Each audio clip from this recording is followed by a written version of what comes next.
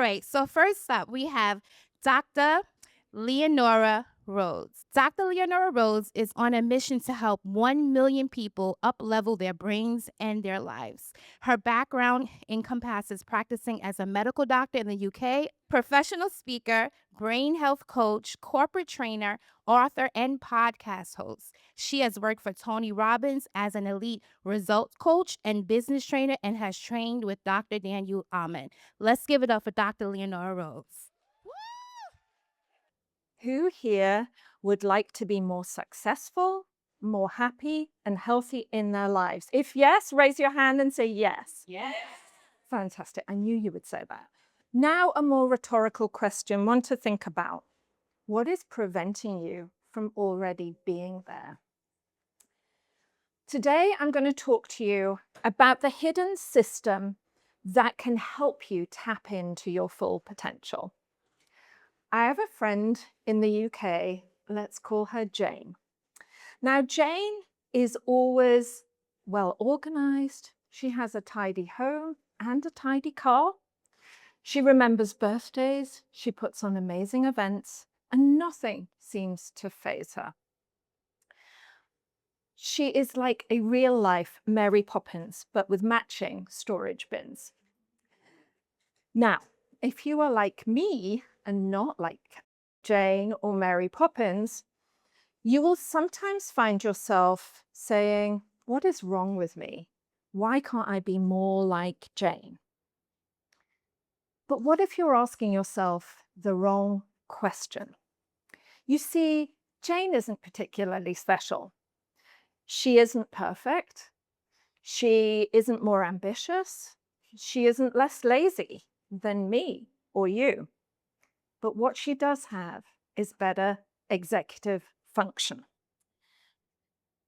I work with adults every day as a coach who are brilliant. They're smart, but many of them are underperforming. They're constantly disappointed that they're letting themselves down. And those big dreams that they designed for themselves always remain out of reach. And like I said, the reason isn't that they're lazy or they're not ambitious or that they don't really want it. The difference is in a certain part of the brain. And I always carry a spare brain with me because you never know, you know. So at the front of the brain is an area called the prefrontal cortex. And it's a really cool area of the brain. It's our most highly evolved part of the brain. And it is where executive function is housed. And another cool fact about it is it relies on consistent dopamine. I'm sure you've all heard of that neurochemical in order to work well. So executive function is a really unique group of skills that includes time management, organization, impulse control, memory, and emotional regulation. And the problem is, for some people, it is not working as well as it could be. Think of your brain as being like the CEO of your body, your mind, and your life. And your executive function is like its project management system. It is the bridge between your potential and the life you are living today. But the problem with this bridge is that it's under pressure. Our poor old brains were not designed to live in this crazy, demanding world in which we live. With hundreds of competing demands every day, there's text messages, emails, social media, the news, financial pressures, family responsibility. And on top of all of that, the quiet guilt that you're always behind. That is the bad news. Some of us are struggling with our executive function skills. I always deliver some good news after the bad news. The really good news is there is a lot that you can do to improve your executive function. The first place to start is to improve your brain health. And so this is things like healthy diet, exercising regularly, managing stress, because stress is like kryptonite for your executive function and for the rest of your brain. Sleep well.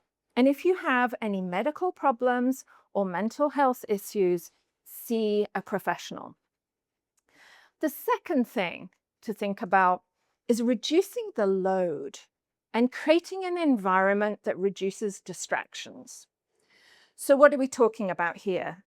So delegating, saying no to things when you're already busy, to-do lists, and digital calendars.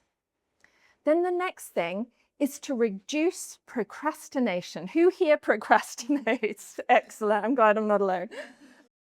So procrastination is one of the biggest things that prevents people from getting shit done. And there are some tools, if you have executive function problems, that work really, really well. There's one called the Pomodoro technique, and it's now been modernized. You can go online, you can have a buddy. And then there's something called body doubling, where you commit to another person to do work with them at the same time. And that can work really well to reduce procrastination. The fourth thing is meditation and mindfulness. This has been shown in the research to dramatically increase your dopamine, which your executive function needs, and to improve attention and motivation. And the really good news is that only 12 minutes a day can make a massive difference. So, the next time you find yourself saying, "What is wrong with me? Why can't I be more like Jane?" Stop yourself before that thought turns to self-criticism and ask two better questions. The first, is my executive function struggling right now?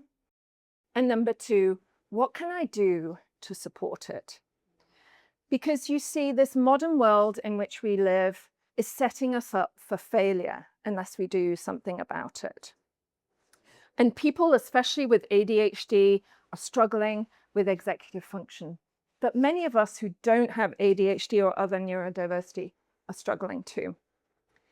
The goal is not to become like Mary Poppins, practically perfect in every way. It's to take little steps every day to improve your executive function and to reach your full potential. Thank you.